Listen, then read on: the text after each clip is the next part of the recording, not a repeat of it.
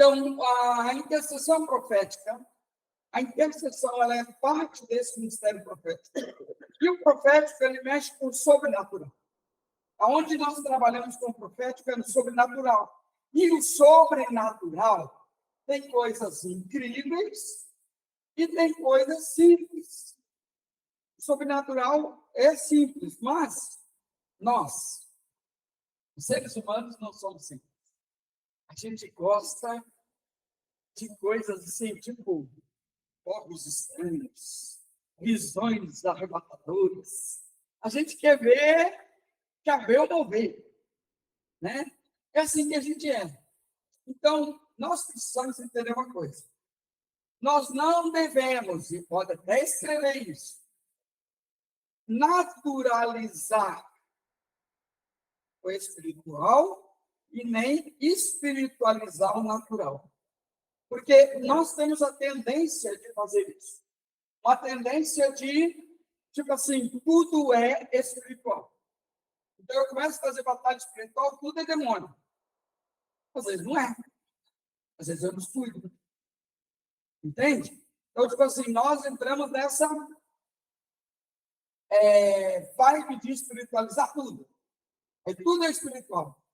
Aí, quando a gente vê que não é tudo espiritual, a gente vai para o outro extremo.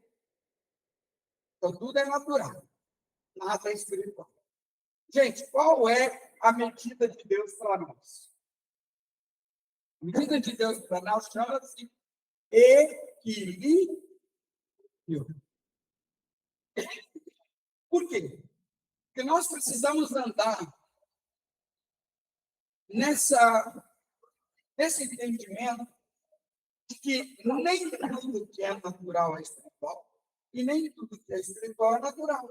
Agora, o espiritual, e isso é importante a gente entender, o espiritual, o natural pode ser influenciado pelo mundo espiritual. Vocês estão entendendo o que eu estou falando? Ou está difícil? O natural pode ser influenciado pelo espiritual. E como é que isso acontece? De que forma que esse trem se move? Se move da seguinte maneira. Por exemplo, digamos que nós temos uma situação em casa, coisa simples em casa. E, de repente, aquilo lá começa a dar um problema e traz outro. Já viu? Que nem quando você tem carro velho. Quantos aqui já tiveram carro velho? Só eu? Gente, carro velho dá problema? O tempo todo. Agora, é espiritual? Não, é natural. Agora, o cão pode agir no carro? Sim ou não? Pode. Por quê? Porque ele sabe que você já está por aqui com ele. E se você tiver um pouco mais de problema, você pega a paz. Eu já vi coisas acontecerem sobrenaturais em carro velho. E em carro novo também. E aí você faz o quê? Você identifica o que é natural. Tipo assim, eu esqueci de botar água no carro. Deu ruim. É natural. Agora, o carro tem água, eu estou cuidando da água dele e de repente ele dá um problema. Aí é espiritual. Você entende? Então, tipo assim, e eu tenho que entender que nós somos o que mesmo que a gente é? Um espírito. Então, nós temos que discernir o que é espiritual e o que é natural, o que é carne. O grande problema nosso, os seres humanos, é que a gente enfatiza, às vezes, muitas vezes, o que é espiritual ou natural. E é bem comum a gente fazer o contrário também. E o equilíbrio, gente, chama-se discernimento. Eu já tive carro, o carro está bom, ele simplesmente estragou, parou. Encostei, peguei o telefone, estava chamando o mecânico. E o mecânico atendeu e disse assim: o que aconteceu? Eu digo, ali, parou. Ele disse assim, vai lá e olha. Eu fui lá, olhei. Faz um teste, faz outro teste, faz outro teste. Aí fiz alguns testes, ele disse assim, mexe em tal lugar. Ah, mexi. Aí ele disse assim, vai lá e bate na partida. Bate na partida, pegou. Ele disse assim, pegou? Ele disse, pegou. Então, toca embora, depois amanhã você traz aqui para mim. Quando eu saio do carro, que eu toco o carro mais um pouquinho adiante, um mega acidente. Aí, o que eu discerni? Que aquele negócio natural foi algo espiritual. Mas foi o quê? Maldição ou bênção? Bênção foi um livramento de Deus. É que nem isso agora, ó, tá vendo? É livramento de Deus na vida. Então, o que acontece? As coisas espirituais, eu preciso discernir elas de forma espiritual. E as naturais, eu tenho que entender como natural, mas eu preciso estar atento, porque muitas vezes aquilo pode ser espiritual. Gente, onde é que nós temos mais batalha espiritual? Na mente. E depois, no segundo lugar, qual é o segundo lugar de maior batalha espiritual? A mente é contra nós, né? E o segundo lugar? Primeiramente, olha uma. Vou vender para ninguém, então. Ninguém vai dar lance desse. O segundo lugar onde nós temos mais batalha chama-se família.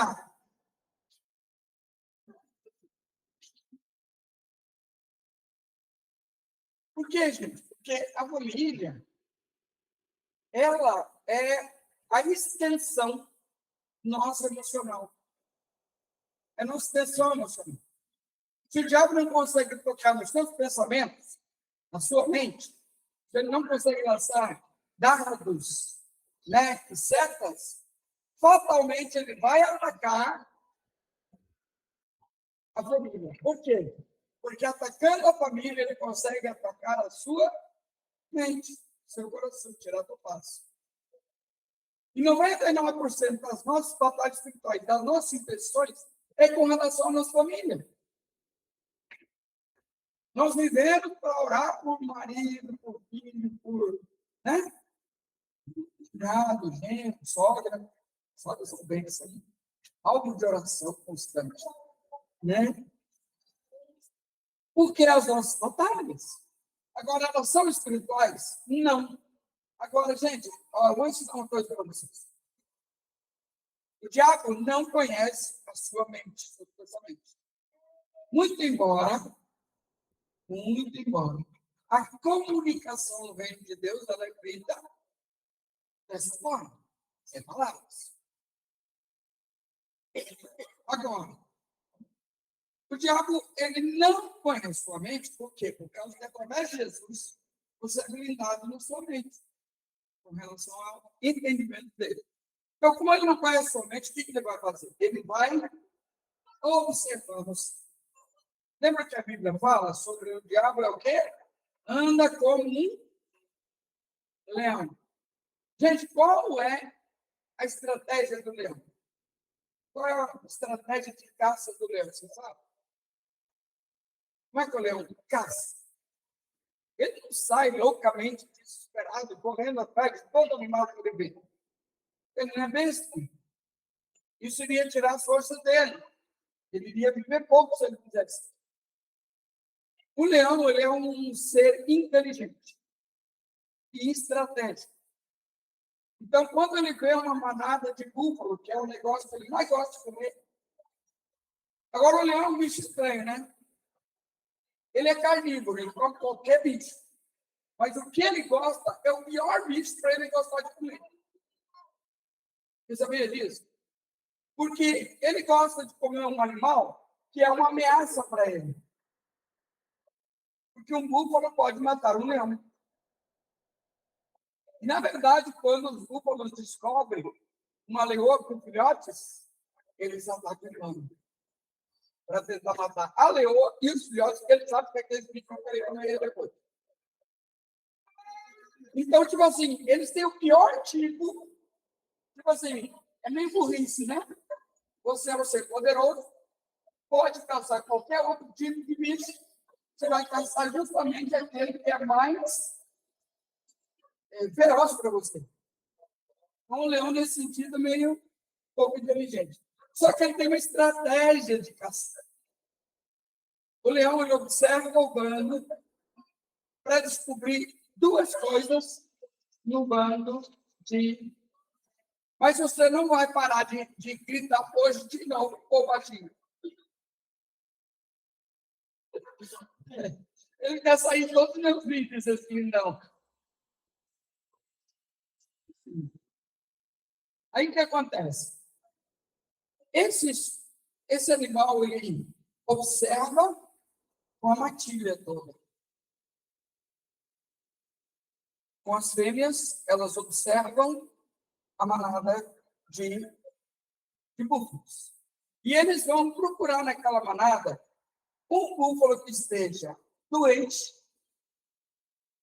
ou um búfalo velho, ou um recém-nascido.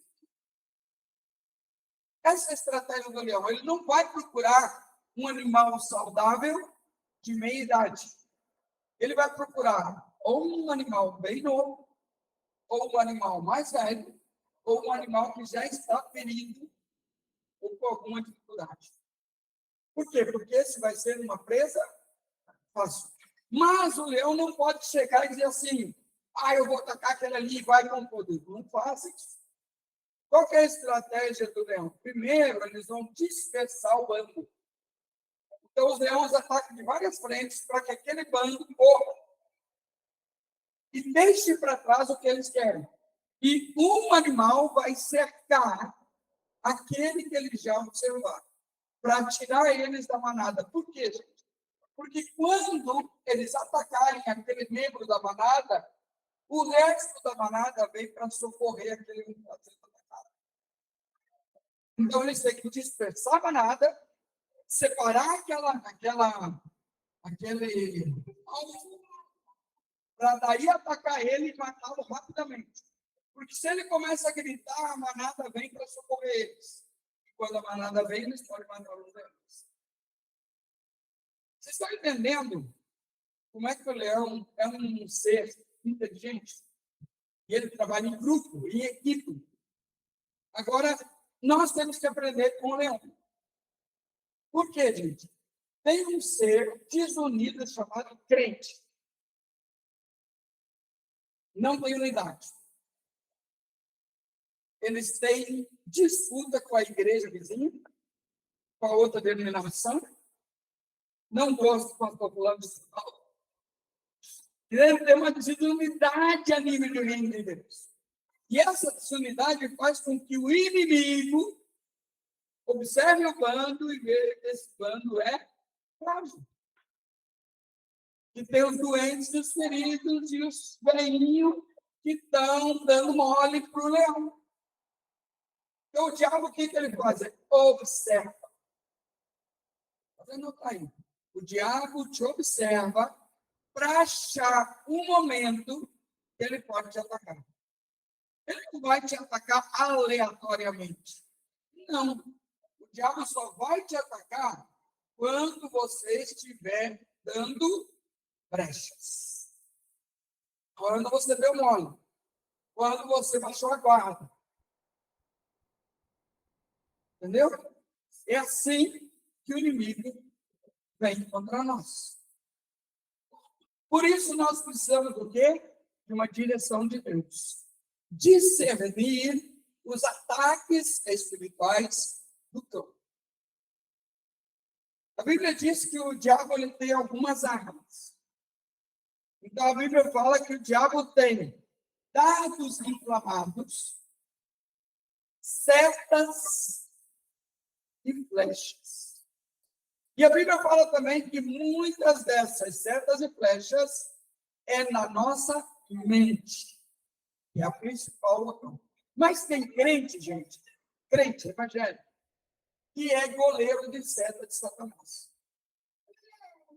Sabe o que é um goleiro de seta? O diabo está lançando uma seta lá A outra pessoa, o crente voa naquela seta, pega a seta e enfia na cabeça dele. Não é para ele, mas ele pega para ele, às vezes. O diabo não tem nem trabalho atacar a criatura, porque ele adora se vitimar, achar que tudo, né? Entendeu? Às vezes o diabo está reclamando, né? Eu nem ataquei o sujeito, ele está me acusando. Foi ele que pegou minha seta. Infelizmente, gente, isso é mais comum. Por quê? Porque tem áreas da nossa vida que ainda não foram tratadas, não fomos curadas. Quando nós temos dificuldade na área da paternidade, nas nossas rejeições, aquilo que a gente sofreu, muitas vezes vai ser um ponto aonde o inimigo vai pegar contra a gente. A vida é isso. A vida que eu sofri, a família que eu tive, tudo isso aí vai somatizando na minha vida. E eu fico sendo uma presa fácil desse leão. E a Bíblia diz que é com o leão, nem é o leão. Né? Então, o que acontece, gente? Nós temos que aprender com essas coisas para a gente aprender que tipo de batalha espiritual nós vamos ter. Às vezes, a nossa maior batalha espiritual está dentro da nossa própria casa. Outros está na nossa mente. Por que muitas vezes a nossa mente é um campo de batalha? Porque a gente não passou por um processo de libertação eficiente. E a gente precisa, muitas vezes, passar por esse processo para crescer espiritualmente, emocionalmente, para a gente sair daquele nível de bebês espirituais para um nível de pessoas maduras espiritualmente. Né? E o grande problema, gente, eu louvo a Deus pela vida de vocês tanto, mas o grande problema é, às vezes, você tem muito conteúdo para dar para a pessoa. Mas as pessoas fazem o quê? Elas não querem investir tempo na sua vida. E dinheiro, então, pior. Né? Eu sei que nós temos um curso presencial de libertação e tem um curso online de libertação. Além de um canal que a gente posta também muita mensagem, muita coisa ali. Eu vejo que, tipo assim, quando as mensagens têm 1 hora e meia, o povo entra lá no canal, eles assistem, sabe quanto? 15 minutos. Assim, aí a gente chega para mim assim, pastor, eu assisti sua mensagem. Aí eu quase tenho vontade de perguntar, quando você tem uma assistido? Porque as pessoas, gente, no curso, tem um curso online.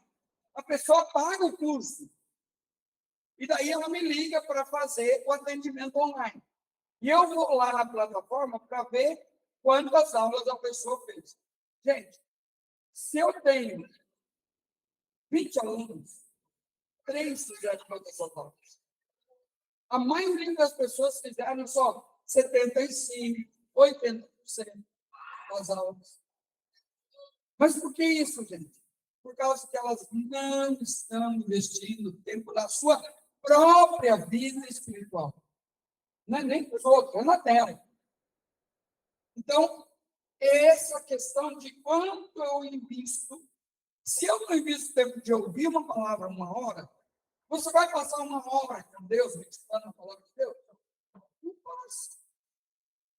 Hoje, se você pegar quantas pessoas tiram 15 minutos diariamente para estar com Deus, é pouca gente. E às vezes uma igreja de 1.000 membros, 2.000 membros, 6.000 membros, você vai encontrar aí 30%, 20%, 10% das pessoas que acreditam na palavra. Pior, então, às vezes é menos. Eu lembro que a minha sogra ia na oração, na igreja que a gente chamava. Na época, a igreja estava com 15.000 membros. 15.000 membros. Sabe quantas pessoas vinham na intercessão? Hã? 30? 3? Não, nem tanto. Não, 7. 7 pessoas em uma intercessão. Eu falei, essa igreja não existe, ela é falsa. Por quê, gente? Sabe o que sustenta uma igreja? É a intercessão, é a oração. Se 10% da igreja não orar, 10%, a igreja não consegue crescer, se manter.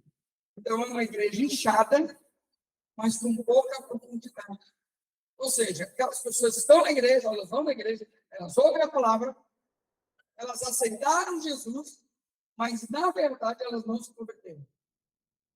Porque a conversão, ela é constante. A conversão, ela é diária, constante, e ela é qualitativa. Você aumentar a qualidade da tua vida cristã. Entende? Tipo assim, é aquele que Paulo fala, né? Aquele que mentia não mente mais, que roubava não rouba mais. Você vai melhorando áreas da tua vida, você vai saindo de áreas da tua vida que estão empacadas e vai subindo de nível espiritualmente. Então, tipo assim, eu posso falar de batalha espiritual? Posso. Porém, eu tenho que te falar que ainda a sua batalha, às vezes, é local. Às vezes é na sua mente. Às vezes ainda é nos seus relacionamentos. A sua batalha ainda não é uma batalha de nível espiritual alto. Porque quem está pronto para fazer um nível alto de batalha espiritual? Quem está curado, sarado, com a vida familiar equilibrada. Por quê? Porque você está livre para ser um guerreiro. Gente, uma pessoa consegue ir para a guerra se ela está preocupada com as coisas de casa? Não. Ela não vai ser um bom guerreiro. O guerreiro é aquela pessoa que, quando ele sai de casa para uma guerra, ele já se despede para morrer. Se ele voltar, é lucro. Mas ele não sai de casa, dá um beijo na esposa e diz assim, final de semana eu estou aí, tá bom? Estou indo ali fazer uma guerrinha e daqui a pouco eu volto. É uma pessoa desprendida, é uma pessoa que sabe que a vida dela, ela está entregando para aquele propósito. O guerreiro é uma pessoa que tem que ter essa noção. Que a vida dela está sendo entregue para um propósito maior. E esse propósito maior é o quê, gente? É uma vida crucificada. É aquilo que Paulo diz, eu já estou morto com Cristo. Paulo não tinha problema de fazer batalha, de ir para todo lado, de pregar o evangelho, de confrontar o cão. Ele ia para as cabeças mesmo, por quê? Porque ele não tinha nada para perder, não tinha nada para trás, ele estava livre. E nós temos que entender que batalha espiritual, ela pode ser algo muito bênção, mas ela exige um comprometimento tremendo. Por quê, gente? Porque você vai entrar no mundo espiritual e o mundo espiritual vai vir te confrontar, vai vir perguntar quem é você. Lembra? Lá, os 2 filhos de Seba foram expulsar um demônio no Novo Testamento. O que aconteceu com eles? Eles chegaram no demônio e disseram assim, eu expulso vocês em nome de Cristo que Paulo prega. Os demônios olharam para ele e disseram assim, Paulo a gente sabe quem é. Jesus também. E vocês são o quê? Quem você é na fila do pão que tem que dar, né? Quem você é para entrar numa batalha espiritual? Primeiro você tem que ser o quê? Reconhecido. Porque os demônios reconheciam Paulo. Diz assim, Paulo, a gente sabe. Cara é forte. Jesus também, mas vocês não. Por quê? Porque eles não tinham autoridade. Não tinham sangue. Você tem que ter sangue e autoridade para combater as trevas. Entende? Então, por isso que a gente fala antes de batalha espiritual, a gente fala de intercessão, porque a intercessão é o treinamento guerreiro. A intercessão ela vai treinar você para eventualmente fazer guerra espiritual. A guerra espiritual é para quem já foi treinado e já foi aprovado na intercessão. Então, se você já está aprovado na intercessão, você já tem isso muito bem claro na sua vida, então aí sim você está pronto para subir de nível. Não é assim? No exército é assim. Você sobe de nível quando você já está treinado. Quando você entra no exército, você já não entra um tchararã, você vai ser um cadete. Você vai ser ainda um soldado raso, que eles chamam, para ser treinado. Agora, quando você já chega a ser um cabo, você já tem treinamento. Aí depois você vai galgando habilidades para você poder guerrear bem as guerras que Deus vai te liberando para você fazê-las. Outra coisa, nunca entre numa guerra espiritual sem entender que é Deus que está te colocando ali. Eu não posso fazer guerra espiritual se Deus não mandar. Eu preciso entender que Deus está me direcionando para uma batalha. Ok, gente? Dentro da batalha espiritual, muitas vezes nós vamos ter atos proféticos. Só que atos proféticos, muitas vezes, podem escandalizar as pessoas. Um ato profético pode ser uma experiência que outra pessoa teve, que eu vou replicar ela. Então, eu preciso entender que se Deus está me dando e me chamando para fazer batalha espiritual, Ele é que vai me dar as estratégias. Então, eu preciso ouvir de Deus as estratégias de Deus. Tanto na intercessão como na batalha espiritual, eu preciso conhecer a vontade clara de Deus para aquele momento. Até mesmo para fazer um evangelismo.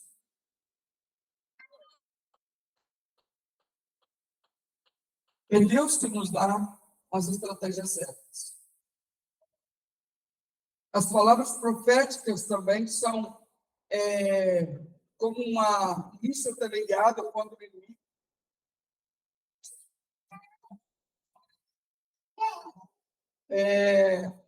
E a gente precisa entender, então, o nível de batalha espiritual que a gente pode fazer. Mas existem algumas coisas na batalha espiritual que são interessantes. Por exemplo, quantos aqui já ouviram falar sobre oração de arrependimento por identificação? Já ouviram falar sobre isso? Arrependimento por identificação? Já ouviu? O que é um arrependimento por identificação? É quando eu vou pedir perdão por um pecado que não é meu. É quando eu vou me arrepender por outra pessoa. Quando eu vou me arrepender pela cidade, quando eu vou me arrepender pelo meu bairro. Então, eu estou me identificando com aquele pecado porque eu faço parte dele. Opa, peraí, pastor, como assim? A identificação é, por exemplo, deixa eu explicar isso para você ficar bem claro.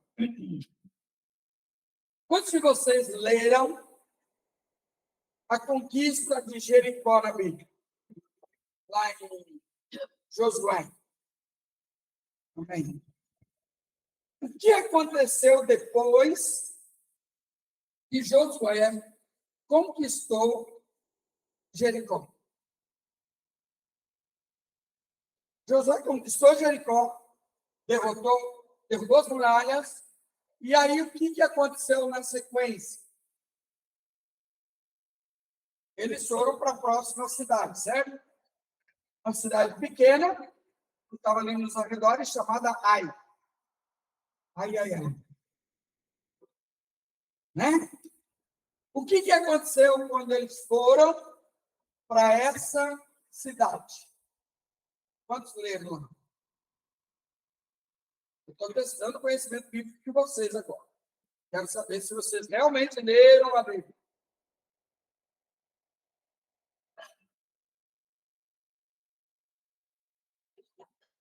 Ninguém sabe?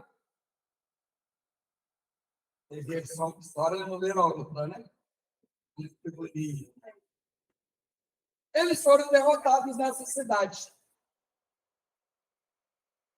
Eles mandaram uma guarnição pequena, a cidade era pequena, e eles saíram de lá derrotados com os rabinhos entre as pernas. E aí, quando eles chegaram derrotados para o acampamento, Josué ficou chateado. Eles perderam Deus, meu povo perdeu Jesus. E ele foi para Deus e perguntou para Deus por que é que eles haviam perdido aquela batalha. Quantos leram agora? Lembraram da história? Ah. E aí, o que aconteceu na sequência? O que aconteceu na sequência?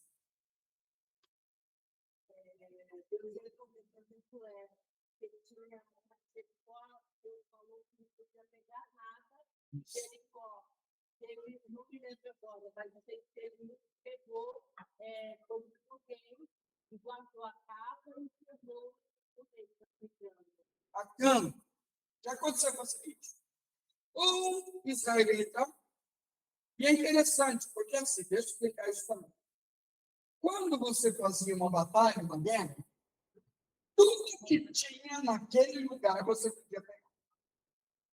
Foi mulheres bonitas, as ideias, você matava. Gado, ouro, prata, você pegava tudo naquela cidade, chamado de despojos. Os homens eles matavam, as mulheres não. A mulher tinha valor. Nesse caso, a mulher tinha valor. Eu fico falando aqui, o Velho Testamento era machista, não, nada. Eles já gostavam de mulher desde aquele tempo. Aí o que acontece? Quando eles foram conquistar Jericó, Deus disse assim: ninguém pega nada. Eu tinha uma lei. Não podia pegar nada. Não podia pegar gado, não podia pegar mulher, nem capa, nem ouro, nem prata. Tudo era de Deus.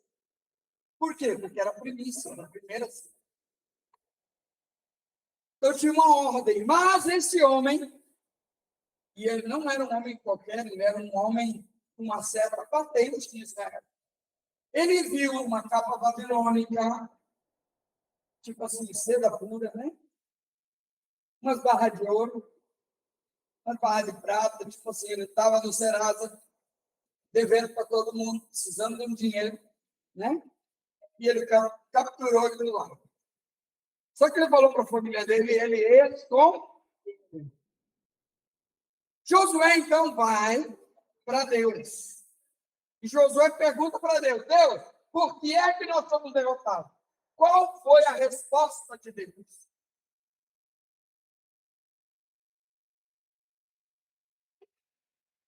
Deus falou assim, tem um homem no meio do povo que pecou. Foi essa a resposta?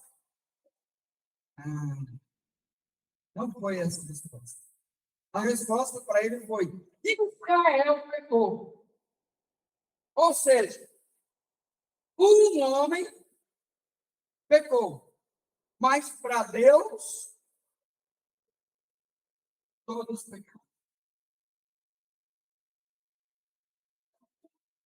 E aí, por causa desse pecado, 30 homens morreram naquela batalha. Além da derrota. Então, o que acontece aqui, gente? Por que eu estou explicando isso para você? Porque quando nós estamos em uma igreja, uma cidade, quando você vai lá em Apocalipse, tem 7 cartas para 7 igrejas. Cada carta é para uma igreja em uma cidade. Então, Deus não trata o corpo de Cristo como igrejas locais. Então, quando Deus olha para São Vicente, Deus não vê a Mispa. Deus não vê a Assembleia de Deus, nem a Deus é Amor, nem a Universal, nem a Batista, nem a Presbiteriana, ele vê o corpo de Cristo na cidade. E se no corpo de Cristo na cidade tem pecado, toda a cidade está em pecado. Então, quando eu vou fazer batalha espiritual, eu preciso, antes de repreender o diabo, me colocar em arrependimento pelos pecados do corpo de Cristo na minha cidade. Porque se eu não fizer isso, nem a ceia eu posso tomar. Agora eu que orei bem, né? Porque quando você lê o texto da ceia, no texto da ceia diz assim: examine-se, pois, o homem, certo? E assim coma do pão e beba do vinho. Porque aquele que come do corpo e do sangue, sem discernir o corpo de Cristo. Agora eu pergunto para vocês, santos de Jesus, o que é discernir o corpo de Cristo? Hã? O que é discernir o corpo de Cristo? Se você faz parte desse corpo, qual o corpo? Hã? A igreja? Qual igreja? Ah, estou piorando.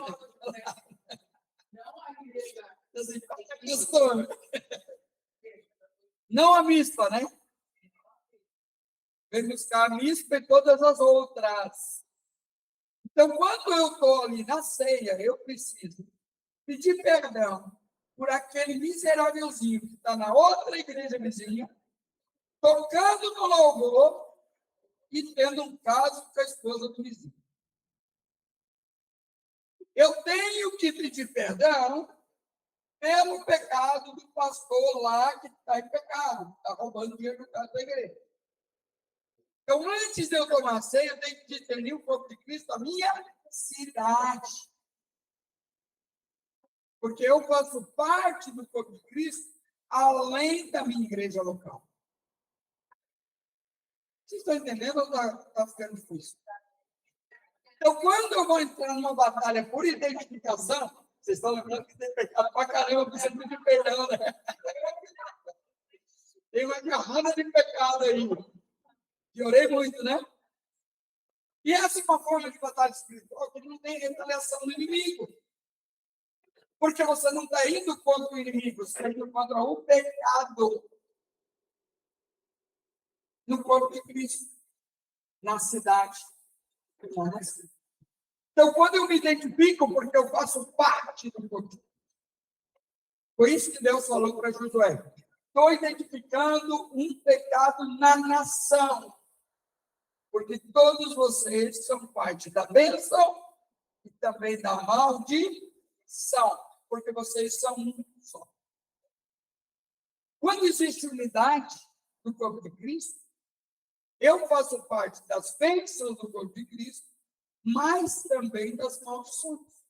E aí eu preciso discernir esse corpo, entendendo que eu tenho que me arrepender, me identificando com o pecado do outro, não tem nada a ver comigo. Agora, se eu tenho que fazer isso a nível de igreja, eu preciso fazer isso também a nível de família. Você já se identificou pelos pecados daquele teu familiar que é uma íngua na sua vida? Que é uma pedra no seu sapato? Você já pediu perdão para Jesus por pecado dele? Como se fosse seu? Porque ele é parte do seu sangue, parte da sua família? Vocês estão entendendo esse nível de batalha espiritual? Esse é o nível mais pequenininho de batalha. Esse é o nível mais, tipo assim, inocentinho.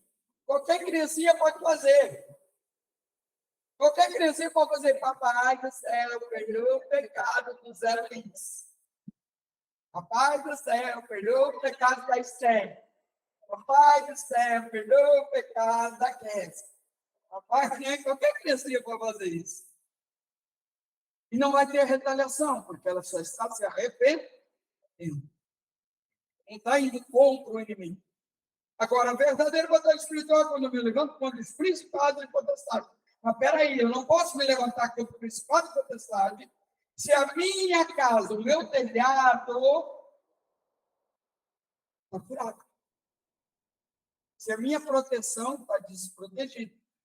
Ou seja, se eu não me arrependi, se eu não me identifiquei, se eu não chorei pelo pecado dos outros, eu também não posso repreender o cão. Porque se eu repreender o cão dessa forma, ele vem contra mim.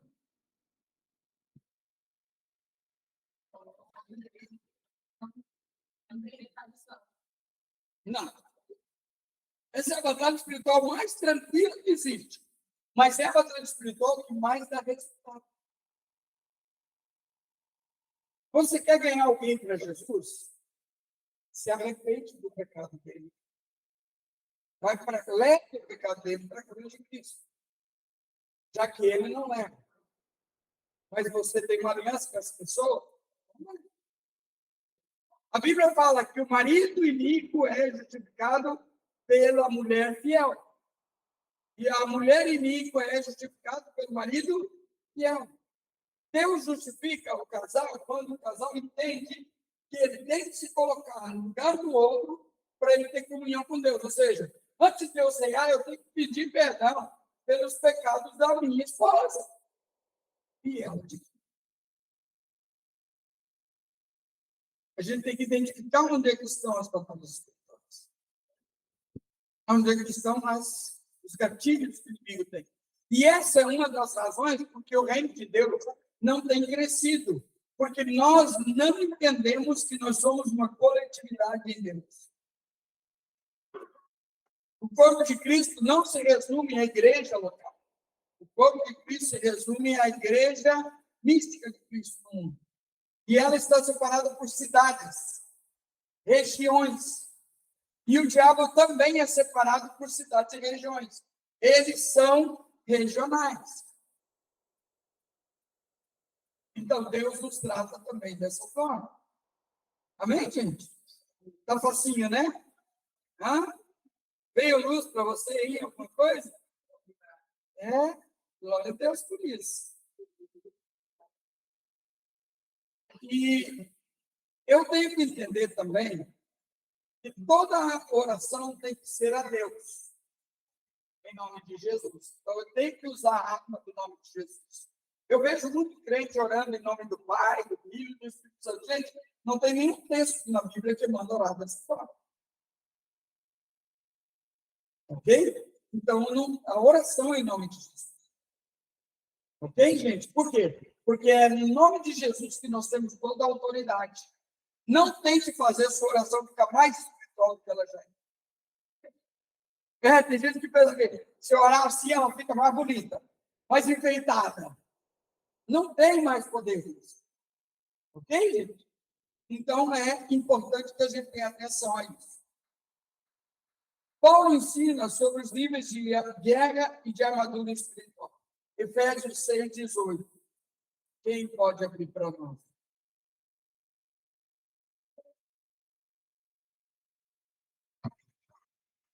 A Bíblia fala também que nem todos os dias nós temos lutas, mas todos os dias eu tenho que estar fortalecido em Deus. Eu tenho que fortalecer a minha vida em Cristo. Quem achou Efésios? Já devia saber de cor.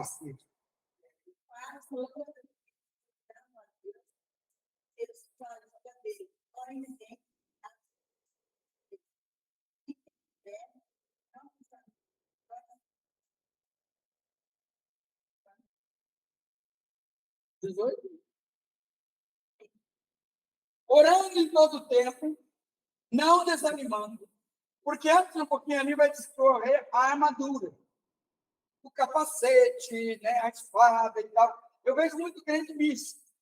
Agora eu vou no capacete, eu me Cristo e tal, e tal. Mas lá na casa dele,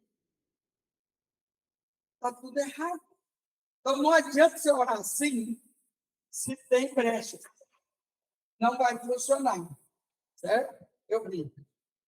Fique tranquilo que eu brinco. A senhora. Então, o que acontece, gente? Nós temos que ter esse entendimento de que nós temos que nos fortalecer. Tem gente que, tipo assim, pastor, eu vou fazer guerra espiritual, agora eu vou jejuar. Eu falo, não, agora não é hora de jejuar. Os meus obreiros, né? A gente vai fazer atendimento, começar um seminário de libertação. Pastor, eu estou de jejum, pode entregar agora esse jejum. Porque na hora da guerra não é hora de jejuar. Você pode jejuar antes, você pode jejuar depois, mas você não pode jejuar na guerra.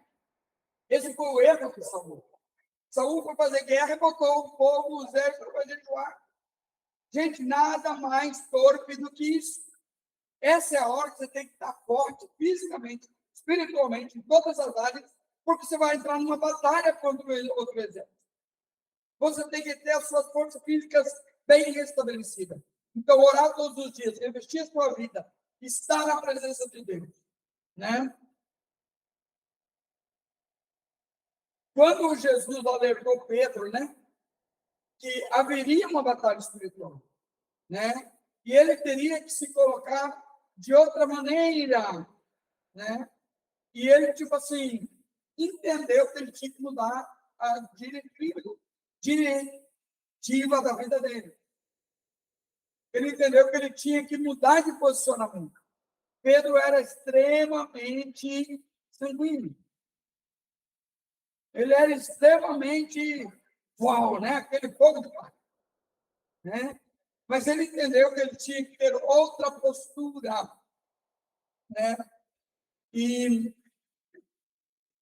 Pedro é transformado pela intercessão de Jesus. Jesus fala para ele, olha, o diabo estava querendo te dar mais tempo. E eu intercedi por você. Ou seja, ele se posicionou contra as ciladas do inimigo na vida dele. Quem, gente? Vai ter lanchinho de... É? Ou não? Vai ou não? Vai tocando? Aí se o pessoal vai começar a levantar e comer, eles estão com a cara de fome. Esse pessoal, nem eu. Então, a batalha espiritual, ela precisa de ser vista. Lembra quando Jesus mandou os 70 discípulos? 70. Todo mundo pensou nos 12, né? Mas Jesus tinha mais gente seguindo ele. Ele mandou 70 discípulos. E o que Jesus viu? Ele relata: eu vi Satanás caindo dos céus. Por que Satanás caiu dos céus? Porque eles foram anunciar o reino de Deus. Gente, a maior batalha espiritual que uma igreja pode fazer é sair das quatro paredes e ir lá para fora. Satanás cai no céu. Quando você vai levar uma Bíblia em cada casa? Quando você vai fazer a palavra de Jesus? Quando você vai fazer um teatro evangelístico? Quando você vai na praça e vai tocar, ir lá e trazer uma mensagem de salvação? E as pessoas se convertem, Satanás cai. Ele perde a sustentação do pecado. Então, nós, como igreja, temos que ter muito clara essa intercessão por identificação para que o diabo caia dos céus. E ele cai. Mas a gente precisa ter uma posição firme em Cristo. Amém? Então, o discernimento aqui de Jesus foi tremendo, né? Mas, quando você vence Satanás, ele não tem sustentação para continuar bloqueando os céus. A batalha espiritual é um discernimento profético, não apenas demonologia. Então, nós precisamos discernir, já falei sobre isso, a autoridade através do Espírito Santo. Ok, gente?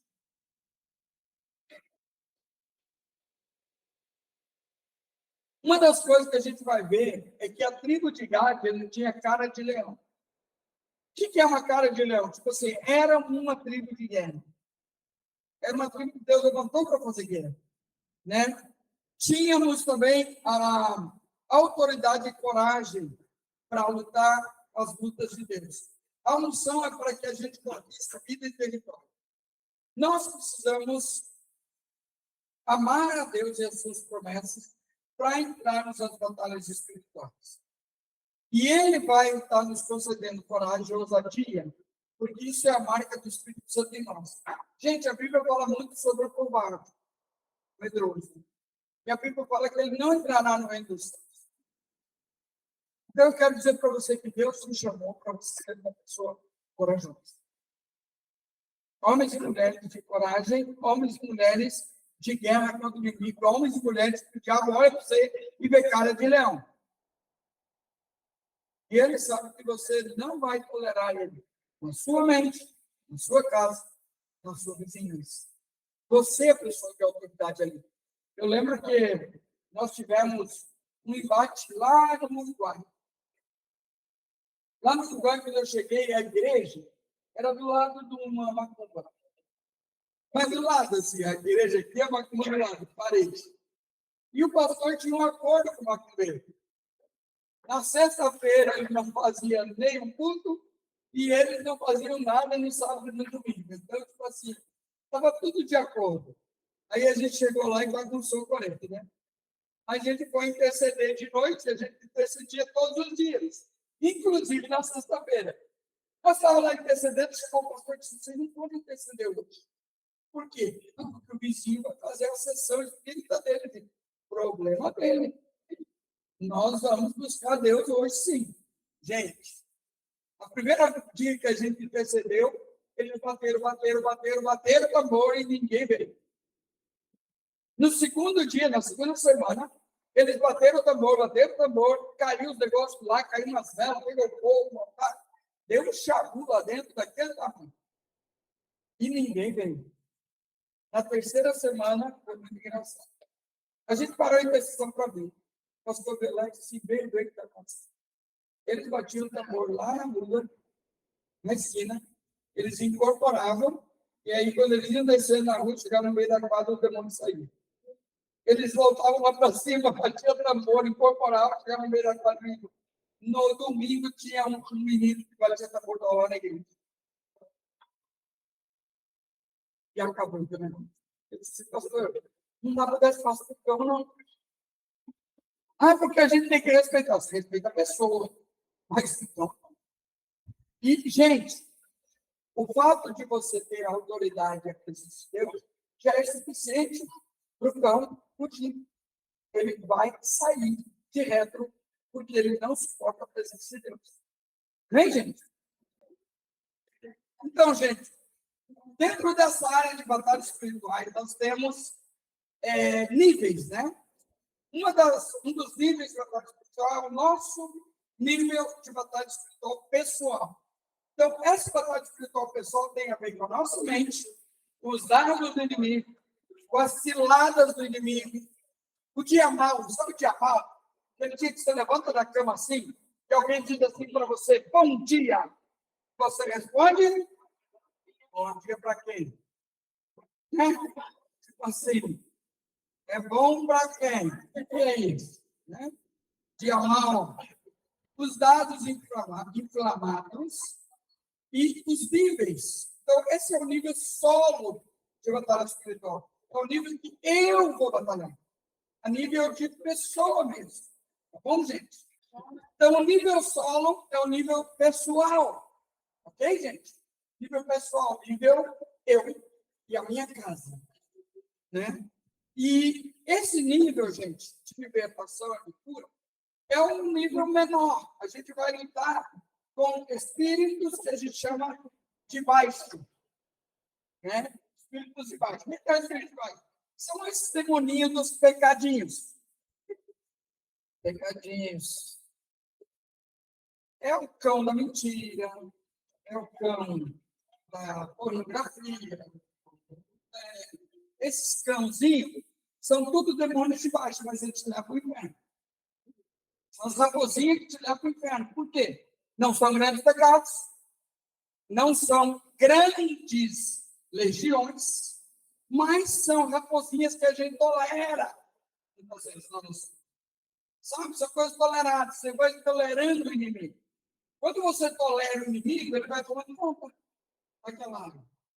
Aí, né, de repente, recebe uma posição de mão e bum, ela aparece. Por quê?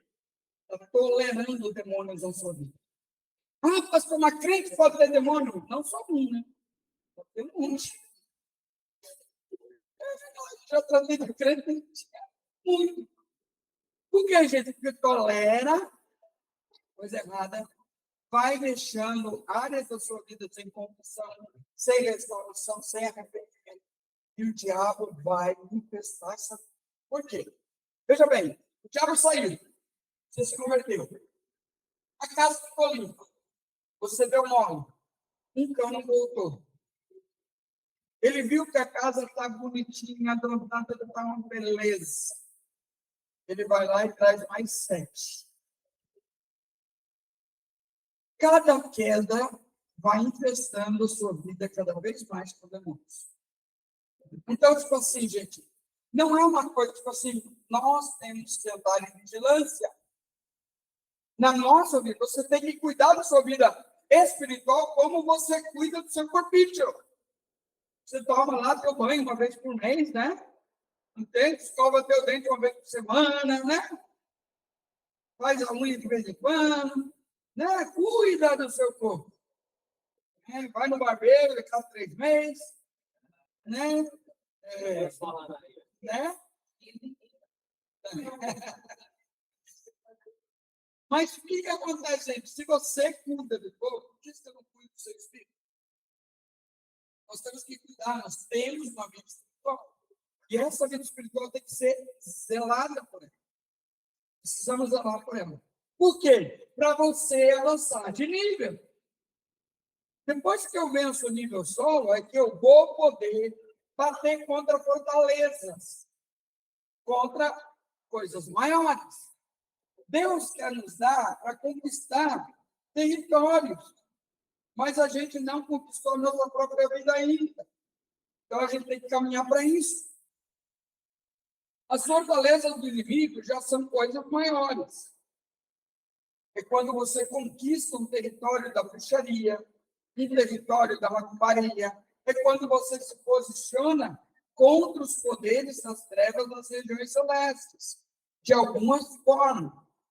Então, você vai sendo treinado para um nível maior até chegar no nível geográfico. Mas eu quero contar uma experiência para vocês. Foi muito engraçada essa experiência. Um rapaz, ele tinha dom, ele tinha visão aberta. E esse menino era de muita oração na igreja. E ele foi fazer faculdade. E olha só, gente, crente não tem que ser ninguém. É uma coisa incrível. Ele foi fazer faculdade numa faculdade espírita. Olha que beleza. Ele foi fazer faculdade espírita. E num belo dia ele estava lá na faculdade e ele não ia ter as 2 últimas aulas. E aí tinha uma amiga, crente também, assim, vamos lá no monte, tem um monte de oração do lado da faculdade. E ele e essa amiga subiram para o monte de oração, ponto espiritual. Quando ele está lá no monte de oração, ele começa a orar, e ele vê sobre a faculdade um anjo, um mega anjo sobre a faculdade. Esse anjo todo de azul, com detalhes em ouro na roupa. E ele viu aquele anjo e ele disse, nossa, um anjo de Deus. Aí o Espírito Santo fala com ele, não é um anjo. É um principado sobre esse faculdade. E daí ele disse assim, vou te mostrar o que ele faz. O Espírito Santo de Deus começou a mostrar para ele que aquele anjo manipulava demônios menores dentro da faculdade. Um grupo de demônios trabalhava nos alunos que estavam chegando na faculdade no primeiro ano, meninas que ainda eram virgens, para que transassem dentro da faculdade dos meninos. Um outro grupo de demônios atuava ali, fazendo a cabeça daqueles que eram crentes para eles deixarem a fé de lado e crerem na ciência. E assim ia, várias áreas. E ele disse assim, mas isso não pode ficar assim. Se encheu de coragem e repreendeu o campo. Demônio que está sobre essa faculdade, eu te repreendo em nome de Jesus. Aquela entidade virou-se para ele.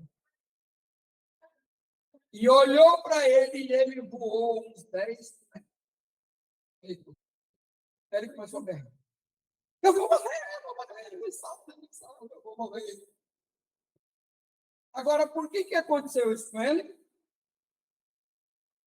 Hã? Ele não tinha autoridade para repreender um principado. Não tem autoridade para repreender um principado. Ele não tinha essa autoridade. Gente, os principados, eles entram dentro da igreja. Eles não se manifestam. Não é, é um espírito que manipula os outros.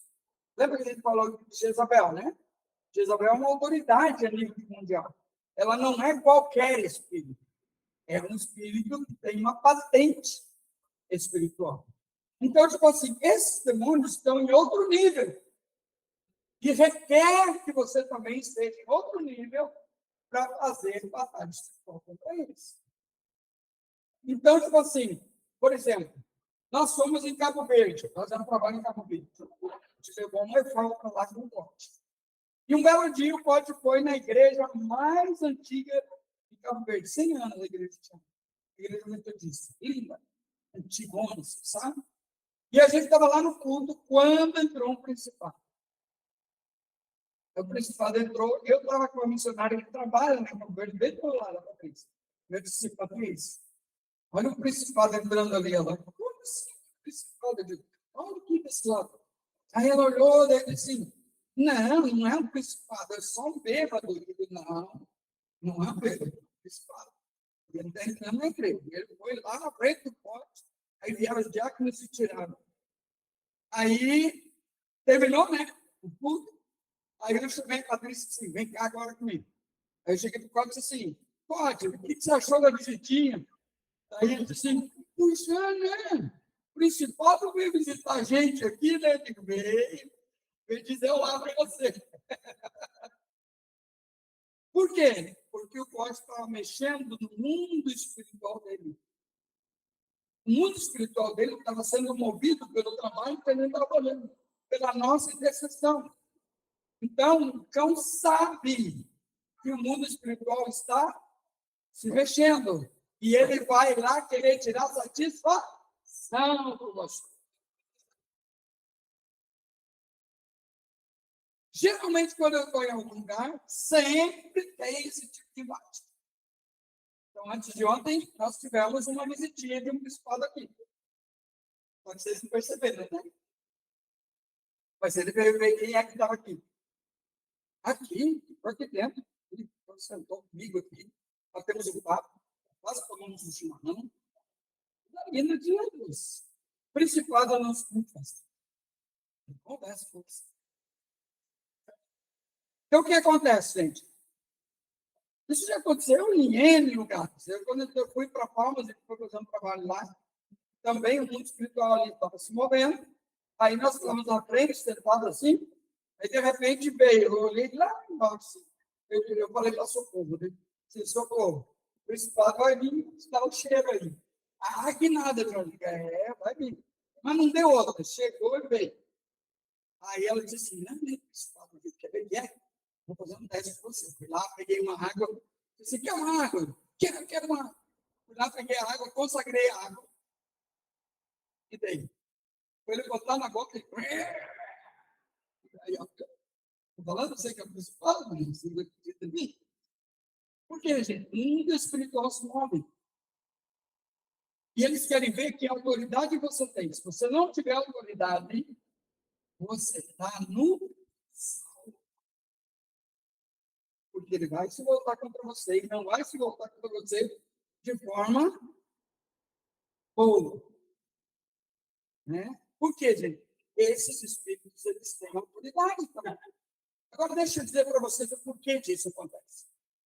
Lembra, todos vocês já leram o Salmo 115, abre aí para nós.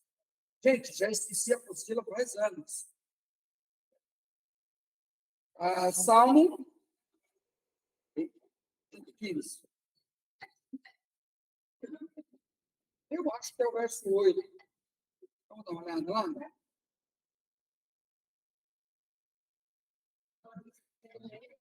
Oi? Não. E...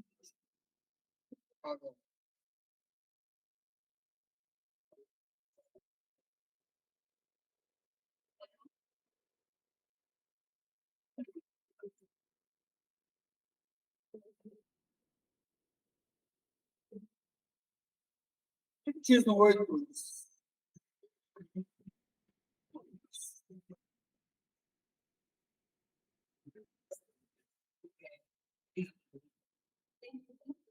Tanto que eles.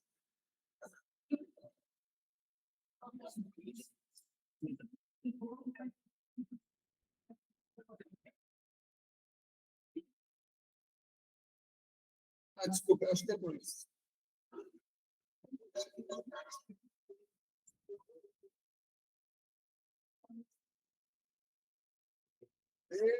Peraí.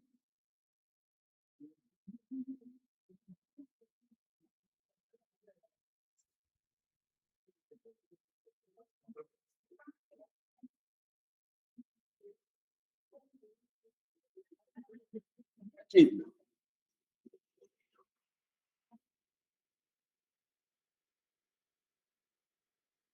Versículo 16. O que diz lá?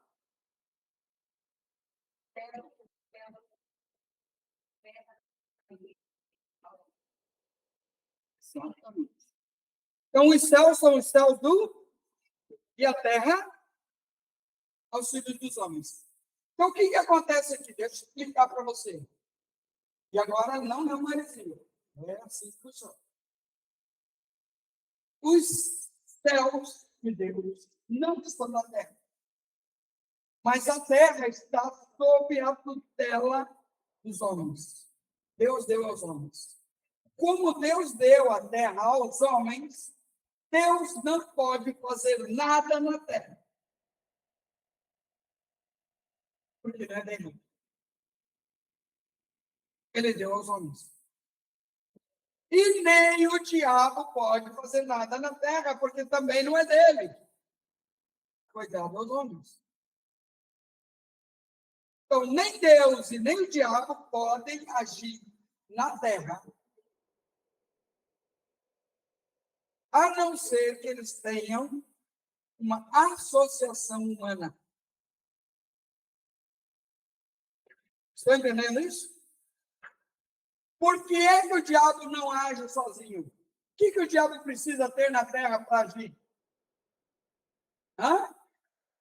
Sacerdotes, pai de santo, bruxos, etc. E Deus? O que Deus precisa ter na terra para agir? Sacerdotes, pastores, líderes, profetas, pessoas que servem a Ele, que dão a Ele autoridade. Nós damos autoridade à ação de Deus, mas o diabo tem a autoridade das pessoas que ele tem também.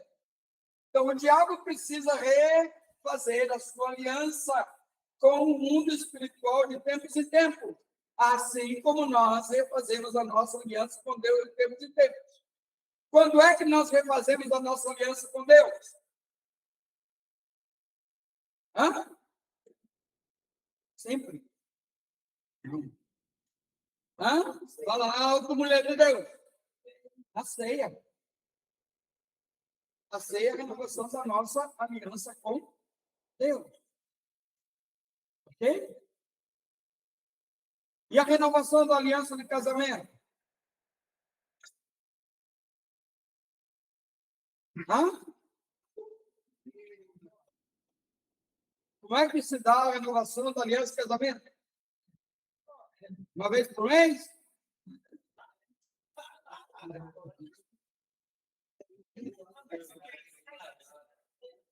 Vocês não sabem, não? Vocês estão rindo, mas não sabem? Tem criança? Não, mãe. Não falando criança, tem mãe, não. Através do sexo, gente.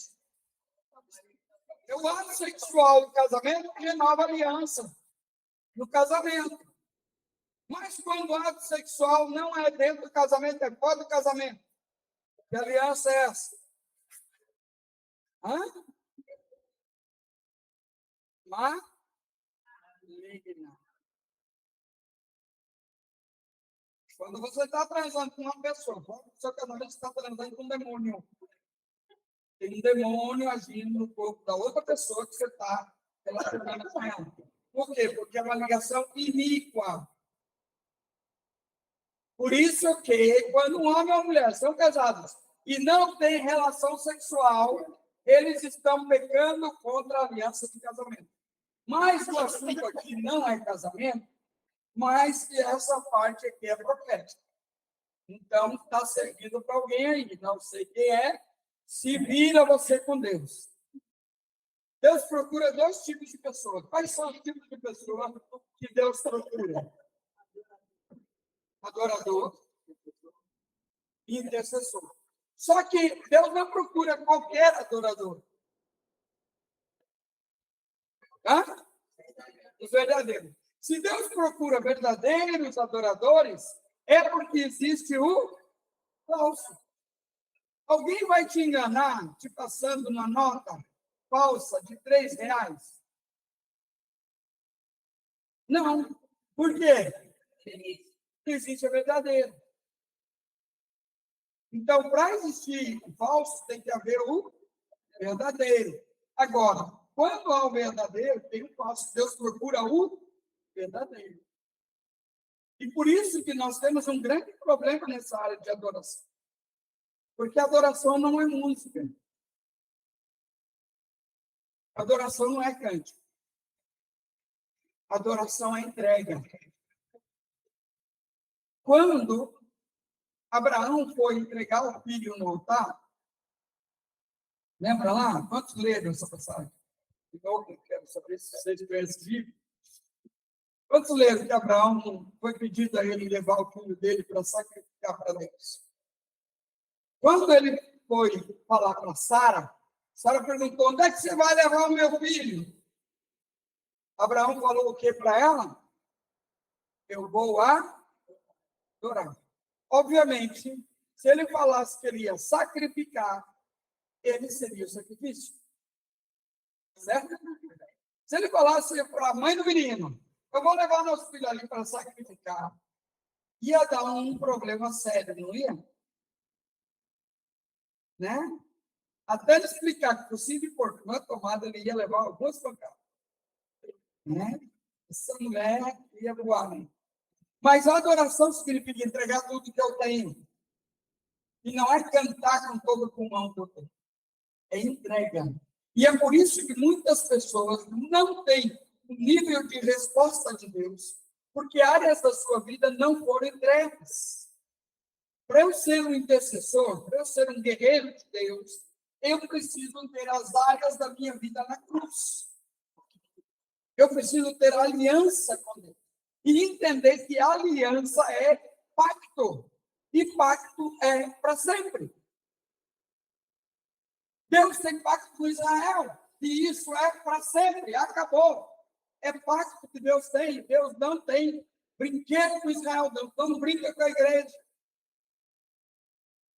Porque ele tem uma aliança com essa igreja. Mas quando essa igreja não responde à aliança, então vem o juízo. E o intercessor é a pessoa que impede o juízo de Deus de acontecer.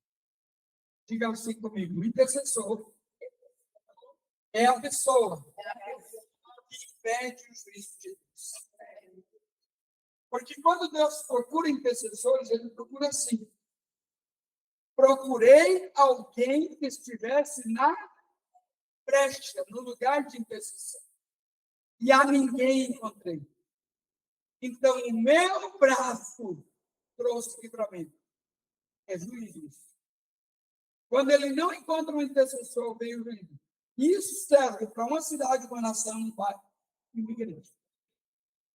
A igreja é institucional, o bairro, a nação e a cidade são territoriais. Mas isso pode acontecer no indivíduo também. Eu conheço pastores que hoje têm um belo túmulo porque eles estavam em pecado. Deus trouxe um profeta, confrontou a pessoa, mas ela não se arrependeu. Acabou ali o ministério. Tá, gente? Então, tipo assim, quando há um confronto de Deus e nós não tomamos a posição correta, vai vir juízo. E o juízo de Deus é sem misericórdia. Ou seja, Deus não vai passar pano em pecado. O juízo dele virá sim. Ok? Tem uma coisa muito interessante sobre a intercessão que eu quero compartilhar com vocês. A Bíblia fala que quem tem aliança com Deus, uma pessoa na intercessão coloca 1.000 para correr.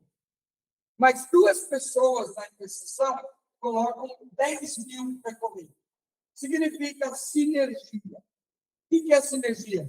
Quanto maior é o grupo que está em unidade para que algo no mundo espiritual aconteça, maior será a vitória daquele grupo. Então, quando eu estou em intercessão de batalha espiritual, que é a intercessão para conquistar um território, uma cidade, essa intercessão precisa de unidade. Então, como eu sou o corpo de Cristo da cidade, eu preciso interceder pela cidade, mas eu tenho que ter pessoas de outras partes do corpo de Cristo comigo. Não, eu não posso fazer intercessão pela cidade só com a MISPA. Eu preciso da MISPA, do Vesco, do Bola, o que mais tem por aí? SPB, SPC, não sei mais quantas denominações que tem por aí, porque agora é tudo assim, né? É tudo por sigla, né? Então, você pega todas as siglas aí, junta aí nas 4, 5 e faz uma unidade. E aí sim você vai interceder pela cidade. Aí você vai ter autoridade no território. Um pastor sozinho no território não tem autoridade sobre todo o território, só sobre uma parte dele. Por isso que, para ganharmos uma cidade para Jesus, a gente precisa de uma unidade de pastores. Só que quando os pastores se unem, eles não entendem o propósito deles. E precisa que alguém os oriente, que tenha um propósito maior do que só tomar um café da manhã junto. Que eles estão ali com um propósito de conquistar um território, conquistar uma terra. Fazer algo relevante para Deus naquele território. Amém, gente? Glória a Deus. E por que Deus procura intercessores? Primeiro ponto é porque eles são raros. Gente, ninguém gosta da intercessão por si mesmo. Porque a intercessão não te dá culto. Intercessão não te dá reconhecimento. Intercessão não vai te colocar em lugar de destaque. A intercessão, ela é um grupinho secreto, na maioria das vezes, que vai reunir para ouvir Deus e orar. Então, ela não vai te promover, porque a intercessão, ela é unidade, ela não é uma pessoa sozinha.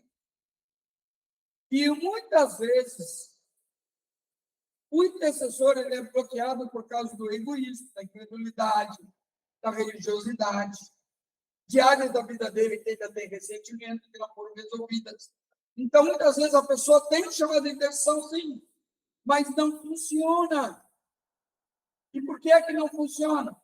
Porque não está curado, não está bem, né? E o intercessor é aquela pessoa que vai lembrar Deus das suas promessas. Por exemplo, eu não sei se você sabe, mas profecia ela tem um tempo de cumprimento para se cumprir. Por exemplo, a profecia não se cumpre de um dia nem de um ano todo. E isso eu tenho isso atestado, mapeado. Eu participei de todos os congressos de proféticos que teve em Curitiba. E eu anotava as palavras proféticas que eles davam para o próximo ano. Só que aquelas palavras não se cumpriam no próximo ano. Nem no outro, nem no outro, nem no outro. E quando eu passava 5 anos, daí a uma se cumpriu. Daí quando eu passava 10 anos, a outra se cumpriu. Eu digo, não é o profeta que estava errado, é o tempo. o tempo da profecia, tá vendo? Muitas vezes o profeta acha, não, mas isso aqui é para amanhã. Mas não é assim que funciona. Agora, existem profecias que realmente são assim. Muitas vezes, quando é uma profecia de juízo, é porque aquela pessoa, Deus já confrontou ela 5 anos atrás. Depois, 10 anos atrás. E agora vem uma palavra: vou tirar o seu candeeiro. Ou seja, deu para você, está comigo. E isso vai se cumprir rapidamente. Mas, tipo assim, Deus já avisou com antecedência. Sabe quando você faz com o filho? Eu fazia isso com o meu filho. Quando ele tinha um limite, que ele não podia ultrapassar. Ele ultrapassava aquele limite, eu chamava a atenção dele. Uma vez, 2 vezes, na terceira era turno. Lá vinha a varinha comendo. Por quê, gente? Porque você não pode disciplinar se você não limitou. Mas a partir do momento que você limitou, você tem que ter misericórdia. Deus não age assim conosco. Deus, tipo assim, ele não dá uma lei e amanhã ele te mata porque você quebrou a lei. Deus fez isso para Israel. Deus foi avisando Israel, avisando Israel, avisando Israel, até que chegou o dia do juízo. Então, a profecia tem um tempo determinado para ela se cumprir. Amém ou não amém? Então, é importante que a gente defina isso. E o intercessor, então, ele vai entender as palavras proféticas e interceder para que Deus cumpra as palavras que ele profetizou para nós, que ele profetizou para a cidade. Só que muitas vezes nós não sabemos o que Deus tem para a cidade. A gente desconhece o que Deus já falou para a cidade. Por isso é imprescindível um mapeamento. Como é que essa cidade começou? Quem foram os pais dessa cidade? Qual é a história dela? Quais foram os líderes, as famílias primeiras? O que aconteceu aqui de ruim e de bom? Para você trazer à memória aquilo que é bom e pedir perdão por aquilo que é mal. Então, isso é mapeamento. Então, na batalha espiritual, nós precisamos mapear. Assim como você tem que mapear a sua vida, mapear a sua família, mapear a sua igreja e a sua cidade. É nessa ordem, de um para mais. Então, começa comigo, vai para o nível institucional e depois vai para o nível territorial. Ok, gente? Tudo bem até aí? Alguma pergunta? Não? Até meia-noite hoje, né? Isso souber, né? A senhora falou. Por isso que veio o lanche. Não é para. Né? Sobre a autoridade. A pessoa tem autoridade. Então, ele tem que dizer. A pessoa tem que ter uma vida vontade. É isso. Uma vida no altar. E ela vai fazendo as suas batalhas. Ela começa como uma intercessora, a nível solo. Depois ela vai ser uma intercessora a nível de família. Depois ela vai ser uma intercessora a nível de igreja. Para depois ela ser uma intercessora a nível de território. Eu não posso sair do curso hoje. Eu fiz o curso hoje. Mas eu nunca decidi na vida. Eu nem sei ouvir a voz de Deus. E amanhã eu já vou me filiar a um grupo de batalha espiritual para o seu homicídio.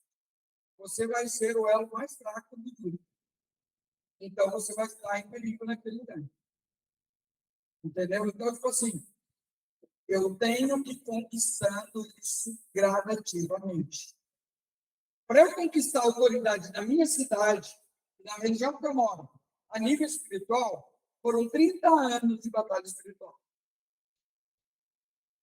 Não é uma coisa que você vai conquistar de hoje para amanhã. Hoje, por que o principado vem ver onde é que eu estou? Porque eu tenho essa autoridade espiritual e eu não preciso, que nem eu falei com os meninos, não preciso fazer nada. Eu fui lá na loja delas hoje. Você nem orou, eu não precisa orar, só eu estar aqui. Entendeu? Por quê? Porque você tem uma autoridade, você sabe que tem.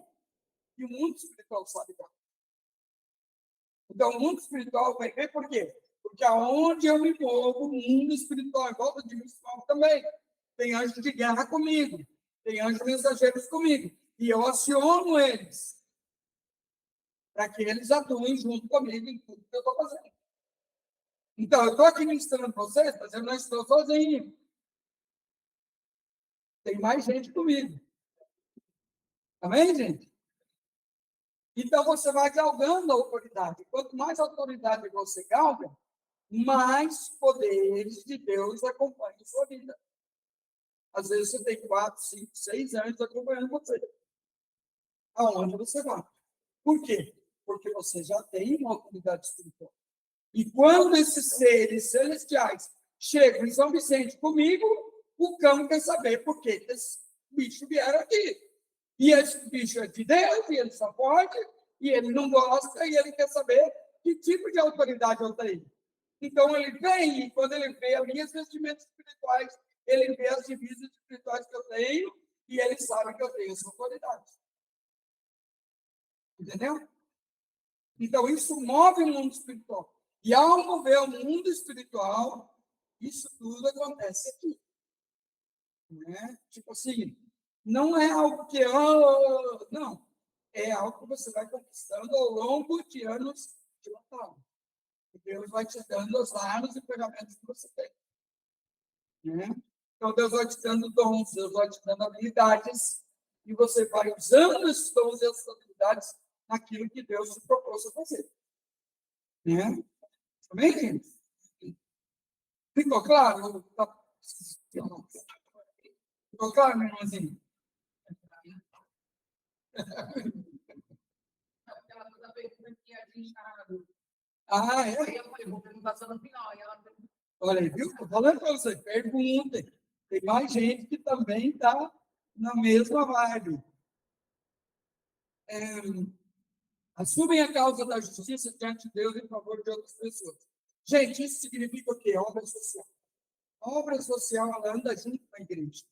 A igreja de Deus precisa urgentemente recobrar essa, reconquistar a área social. Por quê, gente?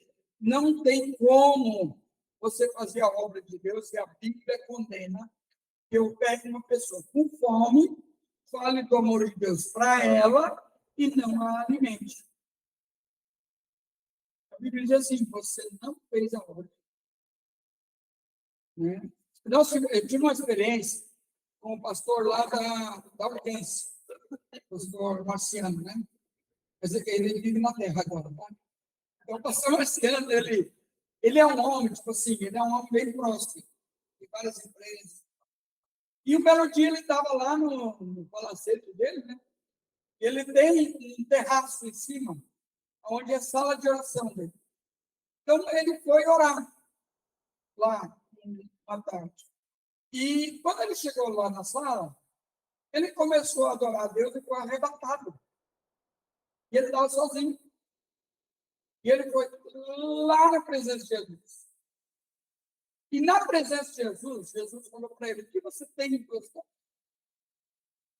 E ele, eu sou pessoa. Senhor, nós fazemos evangelismo, nós temos células, nós temos 10 mil membros. E ele foi contando tudo, e Jesus disse: que mais? A gente entrega a cesta básica. E ele disse: que mais?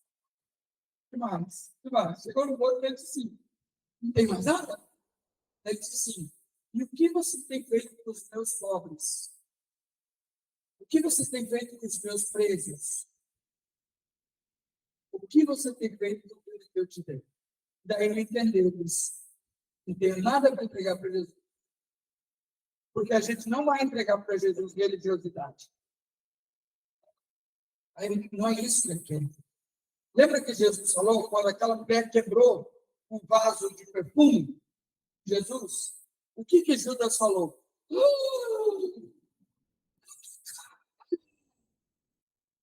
A gente podia vender isso e dar para os... E Jesus falou uma coisa interessante para ele. Ele disse assim: depois vocês vão poder cuidar dos pobres. Mas a igreja está esquecida disso que Jesus falou. que agora é a hora de cuidar, que agora é a hora de fazer. Lembra que Jesus falou, estive preso e não fosse visitar. Estive com frio e não me vestisse. Estive com fome e não me deste de comer. Então, tipo assim, essa é a obra de Jesus. Isso faz muito sentido no mundo espiritual. Isso move o mundo espiritual. Isso atua a nível de cidade.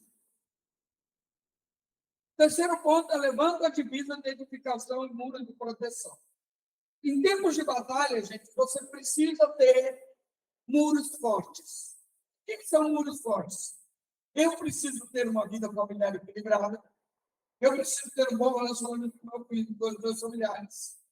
Esses muros ao meu redor têm que estar muito bem postados, porque eu lido contra o cão. Então, se esses muros de relacionamento, se essas coisas não estão bem pensadas, bem estabelecidas, eu vou expor eles ao mundo espiritual. Eu lembro que eu saí de uma igreja, fui congregar em outra igreja, congregar não, eu pedi uma cobertura espiritual para a minha vida, porque na época a gente estava fazendo batalha espiritual na cidade de Curitiba. E eu estava numa igreja bem pequenininha e muito frágil. E eu fiquei com medo de que a igreja fosse retalhada pela minha presença. Então, eu procurei uma outra autoridade espiritual para me dar cobertura no tempo que eu estava congregando naquela igreja. Porque eu tenho que proteger também as pessoas que estão comigo. Então, dependendo do nível de batalha espiritual, eu tenho que levantar muros de proteção. Foi isso que Neemias fez. Antes de haver uma conquista, antes de haver um território conquistado, eu preciso conquistar esses marcos e fazer com que essa área não seja vulnerável. Vocês estão entendendo isso? Então, a minha vida ela tem que estar bem postada, a minha vida tem que estar bem colocada. Porque senão o inimigo vai entrar pelas brechas do mundo. E eu vou expor as pessoas à ação do campo. Amém, gente? Quarto ponto, fica na brecha entre o justo e o julgamento de Deus. Aqui também é uma intercessão, muitas vezes, para aquelas pessoas que estão mal espiritualmente. Às vezes o juízo é merecido e até necessário. Mas eu tenho que entender que eu posso favorecer aquela pessoa com misericórdia. Deixa eu explicar isso aqui de outra forma. Lembra daquele povo que saiu do Egito? Lembra? Quantos leram lá? Tinha um povo lá no Egito. Moisés foi lá, libertou aquele povo. Mas aquele povo, no caminho, começou a murmurar. Ele murmurava tanto, que Deus falou o seguinte: vou destruir. Falou, vou matar todo mundo. E vou fazer uma nova nação de Moisés. E você? Os teus filhos. E Moisés disse, Senhor, não. Você não vai fazer isso, não. Porque é o teu nome que está empenhado lá no Egito. O Senhor falou que ia tirar eles, que ele vai adorar o Senhor. Ele ficou na outra terra. E agora, o Senhor vai matar esse povo? Não pode, não. Não vai fazer isso, não. Agora eu pergunto para você: Deus matou ou não aquele povo? Quem disse que é não, levanta a mão. Quem disse que é sim, levanta a mão. Quem não acha nada, levanta a mão. Não, porque o mundo dentro aí que não acha nada. Né? Não quer se posicionar. Não quer se comprometer com a mão levantada. Hã? Tá, quantos creem que realmente Deus poupou aquele povo? Não poupou, não? Sério? Ela está falando, não. Então, ao longo do tempo, todo aquele povo morreu. Mas Deus não matou eles de uma vez só, num único dia. Deus usou de misericórdia. Só que mesmo Deus usando de misericórdia, eles não se arrependeram. Não houve arrependimento. Então, eles morreram. Eu falo que eles morreram envenenados.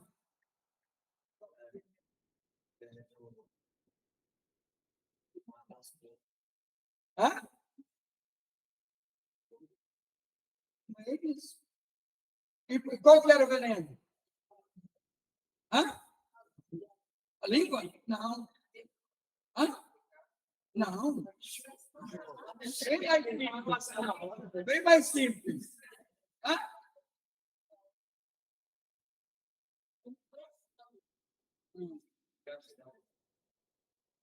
Chama-se maná.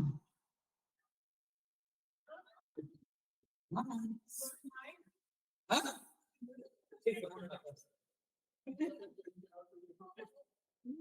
Deixa eu dizer uma coisa para vocês. Vocês já leram lá na Bíblia que na ceia diz assim, que a gente tem que discernir o corpo de Cristo para que não haja entre vós fracos, doentes e muitos que já morreram. Por que a Bíblia está falando isso? Porque quando não há arrependimento e você está tomando coisa santa, isso vai se tornar veneno para você. Quando o povo no deserto começou a comer o maná vinha de onde? Era santo ou não era santo? E eles não estavam santos. Se você está em pecado e está comendo algo santo, ele vai te matar. Aos poucos. E a mesma coisa que eu sei, porque a ceia também é de Deus. Amém, gente? Eles estão com a cara dessa história agora.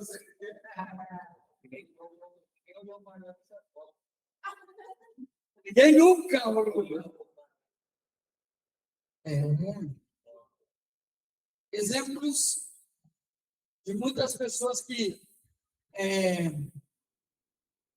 intercedem, né? Você vai ver ao longo da história, nós temos muitos intercessores, pessoas que tiveram tremendas experiências com Deus. E essas pessoas que tiveram essas experiências com Deus, elas levaram outras pessoas a outro nível de vida. E nós precisamos entender que Deus vai nos levar para um nível de fé na verdade espiritual, bem maior do que o nível que nós temos hoje. E nós temos que estar dispostos a realmente trilhar esse caminho. Bem, gente? Deixa eu ver.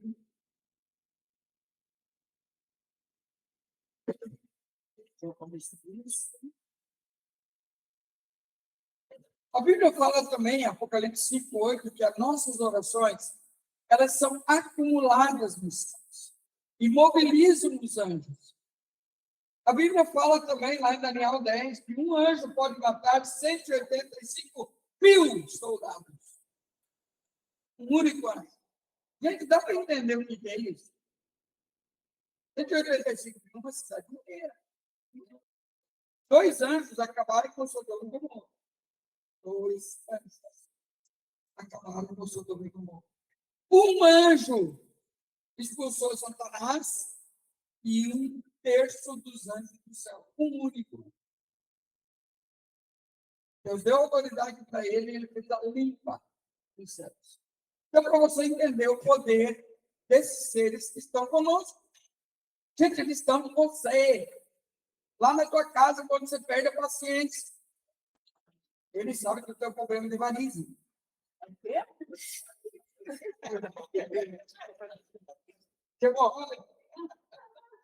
Mas você não fala nada com eles. Mas eles estão ali contigo. Amém? Eu vou ter que tirar esse lixo. Então, por que eu estou falando isso, gente?